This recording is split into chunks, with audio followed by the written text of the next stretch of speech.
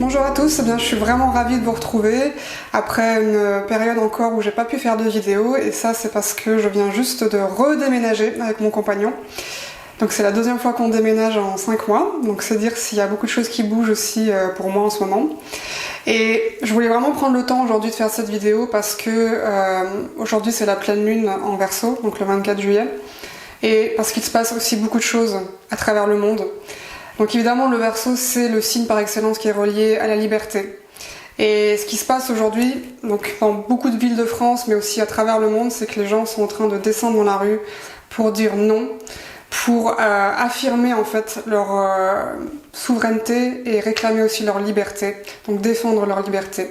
Donc je pense que c'est vraiment très important énergétiquement ce qui se passe aujourd'hui, en ce moment, et c'est une merveilleuse opportunité vraiment d'éveil planétaire que de voir en fait les peuples qui se soulèvent et qui commencent à dire non.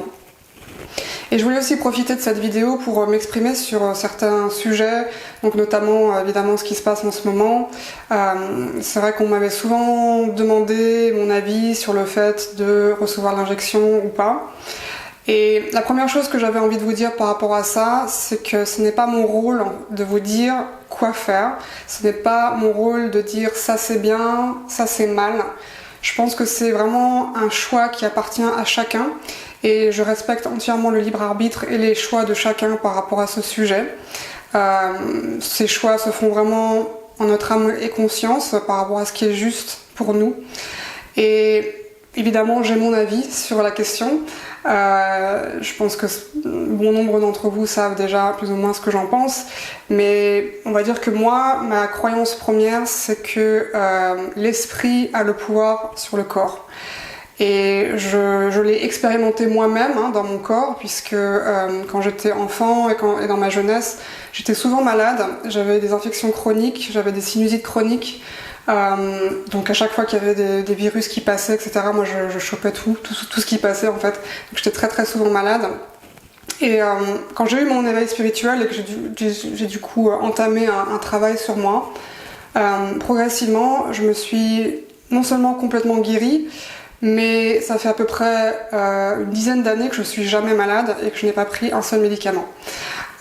Donc voilà, je crois vraiment au pouvoir de l'esprit. Tout ça, ça a été fait évidemment de manière holistique. Donc j'ai principalement travaillé au niveau psycho-émotionnel. Et le résultat, c'est qu'aujourd'hui, même dans les périodes hivernales, quand je fréquente plein de gens qui sont grippés ou enrhumés, je ne chope jamais rien, jamais rien. Donc j'ai un très bon système immunitaire. Et je pense que c'est vraiment important de ne pas sous-estimer les pouvoirs de l'esprit sur le corps et aussi la force qu'on peut aller puiser dans notre corps et dans notre système immunitaire. Donc ce que je ressens aussi beaucoup par rapport à cette question en ce moment qui divise énormément, c'est qu'il y a toujours en arrière-plan, donc notamment dans nos sociétés occidentales, cette peur de la mort. Parce que dans les sociétés occidentales, on a vraiment coupé ce lien avec le spirituel, on a coupé ce lien aussi avec une forme de rituel lié à la mort, etc. Et tout ça, évidemment, ça génère énormément de peur, puisque voilà, l'esprit irrationnel va simplement imaginer que peut-être après la mort, il n'y a absolument rien, que c'est le néant, que c'est le vide. Donc là aussi, je pense que c'est tout un travail en fait à faire, et puis je vous invite vous, peut-être aussi dans votre entourage, peut-être à parler autour de vous, à rassurer les gens par rapport à la mort, parce que je pense que c'est vraiment une question cruciale et je pense que je serai amenée évidemment à en reparler bientôt. Donc vraiment, je revendique absolument la souveraineté et la liberté de chacun de choisir ce qui est bon pour lui. Et ce n'est pas un acte anodin, parce que c'est vrai que je vois aussi beaucoup de publicité faite autour de cette injection qui peut rappeler la publicité qu'on pourrait faire pour le nouveau soda à la mode, mais c'est avant tout un acte médical. Et un acte médical, ça n'est jamais anodin, donc c'est vraiment important de le faire consciemment et peut-être aussi même de s'informer pour savoir exactement qu'est-ce qu'on est en train de faire et quel choix on va faire. Ce qui remonte aussi beaucoup en ce moment, c'est vraiment le parallèle avec la période 39-45, donc la Seconde Guerre mondiale, et ce qui s'est passé à ce moment-là. Donc souvent, on va nous parler justement de ce qu'on a fait aux Juifs, on va nous parler de la période d'occupation en France, etc., de la résistance évidemment. Et il y en a, je sais, qui s'offusquent en fait qu'on fasse aussi des parallèles entre ce pass et la période, en 42, je pense que c'est passé cette loi qui interdisait les lieux publics aux juifs. Mais c'est pas du tout un hasard en fait que tout ça se passe. Parce que ce qui se passe au niveau quantique, c'est qu'il y a une sorte de convergence en fait des lignes temporelles entre cette période, donc 39-45, Seconde Guerre mondiale, et la période actuelle. Donc il y a plein de relents, on peut vraiment sentir dans l'énergie qu'il y a plein de relents de cette période-là, vraiment qui est présente aujourd'hui. Et c'est comme si on vivait les choses de manière vraiment accélérée. Donc on va pas revivre exactement la même chose qu'à l'époque, je vous rassure tout de suite, mais c'est comme si on vivait les choses de manière accélérée, que dans l'information, il y a vraiment besoin de cette purification et pour qu'on puisse simplement transcender aussi ces lignes temporelles. Donc c'est vraiment ça qui est en train de se passer maintenant. Et c'est vrai que c'est quelque chose qui me touche moi particulièrement. Donc je parlais juste un petit peu de mon exemple personnel, encore une fois. C'est vrai que j'ai été amenée à en parler dans un texte une fois, mais je pense pas que j'en ai parlé dans une vidéo encore. Moi, je suis la petite fille de deux grands-parents résistants. Donc mes grands-parents se sont rencontrés, sont tombés amoureux alors qu'ils militaient tous les deux dans la résistance. Donc c'est dire si vraiment je suis imprégnée aussi de cette énergie-là.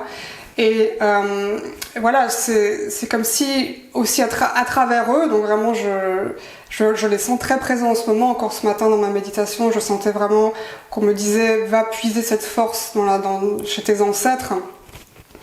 C'est que ce qu'ils ont fait pour la France à l'époque, c'était pas en vain. Et malheureusement, mon grand-père a été victime d'une rafle et il a été déporté à Mauthausen.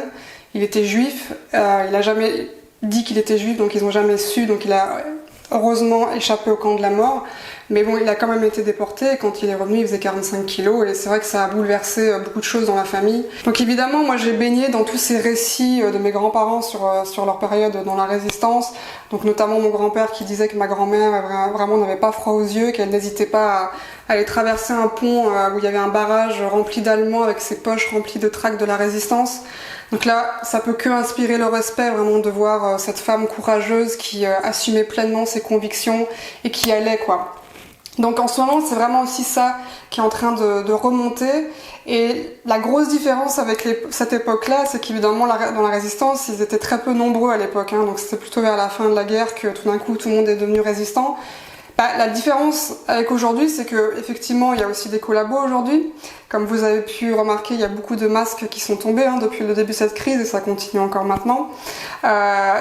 C'est que les résistants, ils sont bien plus nombreux aujourd'hui. Et je pense qu'aujourd'hui, dans la rue, on va mesurer tout l'impact aussi de tous ces gens qui s'éveillent en fait et qui commencent à dire non et qui commencent vraiment à défendre leur liberté. Quand on combat la vie, c'est qu'on est déjà mort à l'intérieur. Donc ces êtres sur cette planète qui sont en lutte contre la vie, qui essayent de détruire la vie, qui essayent de détruire la planète, qui essayent de détruire l'humain, qui essayent de détruire la vie sociale, c'est qu'ils sont déjà morts à l'intérieur. D'ailleurs, c'est pour ça que ces personnes, que ces êtres sont obsédés par l'immortalité physique. C'est justement parce qu'ils sont morts à l'intérieur.